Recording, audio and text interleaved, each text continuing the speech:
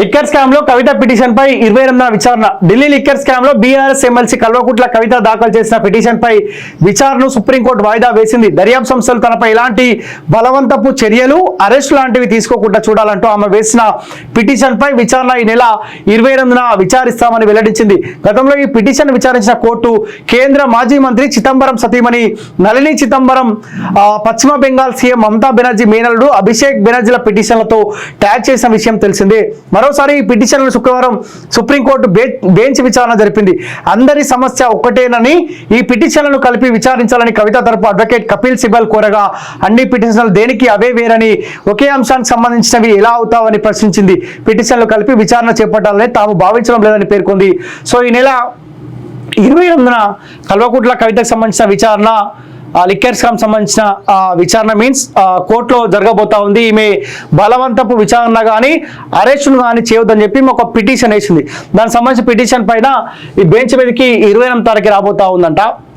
So Bharatiya Janata party మళ్ళీ అదే పొరపాటు చేయబోతా ఉందా? లిక్కర్ స్కామ్ అనే అంశాన్ని మళ్ళీ పార్లమెంట్ ఎలక్షన్ల కంటే ముందు తెరపైకి తీసుకొని వచ్చి కల్వకుంట్ల కవితని అరెస్ట్ చేయకపోతే మళ్ళీ కాంగ్రెస్ పార్టీ ఒక బలమైన అంశాన్ని, కవితని అరెస్ట్ చేస్తలేరంటే బీజేపీ బీఆర్ఎస్ పార్టీ రెండు ఒకటే అన్న ఒక బలమైన అంశాన్ని మళ్ళీ కాంగ్రెస్ పార్టీ ముందుకు తీసుకెళ్లే అవకాశం ఉంటుంది. ఇక్కడ ప్రజలు కూడా నమ్మే అవకాశం ఉంటుంది. ఎందుకంటే ప్రజలు బలంగా నమ్ముతారు. లిక్కర్ స్కామ్ లో కల్వకుంట్ల కవిత దొరికింది. ఎందుకంటే లిక్కర్ స్కామ్ లో కల్వకుంట్ల కవిత చుట్టూ ఎవరైతే బినామీలుగా పనిచేశారో, ఈ లిక్కర్ స్కామ్ లో ఈ సౌత్ గ్రూప్ తోటి ఎవరైతే వీళ్ళ ప్రమేయం ఉందో వాళ్ళందరూ ఆరోపణలు ఎదుర్కొన్నారు. వాళ్ళపైన విచారణ జరిగింది. వాళ్ళని తీసుకొని పోయి లోపడేశారు. కల్వకుంట్ల కవితని కాపాడుతుంది భారతీయ జనతా పార్టీ అనే ఒక బలమైన నమ్మకంతో ప్రజలు ఉన్నారు కాబట్టి, సో మళ్ళీ అదే బలమైన ఆ నమ్మకాన్ని కాంగ్రెస్ పార్టీ ప్రజల్లోకి తీసుకెళ్లే అవకాశం ఉంటుంది. ఇక్కడ భారతీయ జనతా పార్టీకి మళ్ళీ ఇబ్బంది అవుతుంది. మరి భారతీయ జనతా పార్టీ ఆ అవకాశం ప్రజలకు ఇస్తా, లేకపోతే ఎంపీ ఎలక్షన్ల కంటే ముందు తీసుకొని పోయి కవితని లోపల కూర్చోబెడతారా చూడాల్సిన అవసరం ఉంది.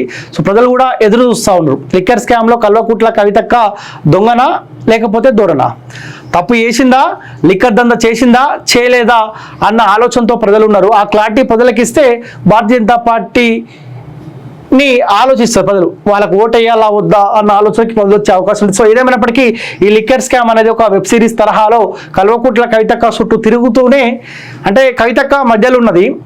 సో లిక్కర్ స్కామ్ అనేది ఇట్లా రౌండ్ అప్ తిరుగుతూ ఉంది. కవితక్క సేఫ్ ఉన్నది.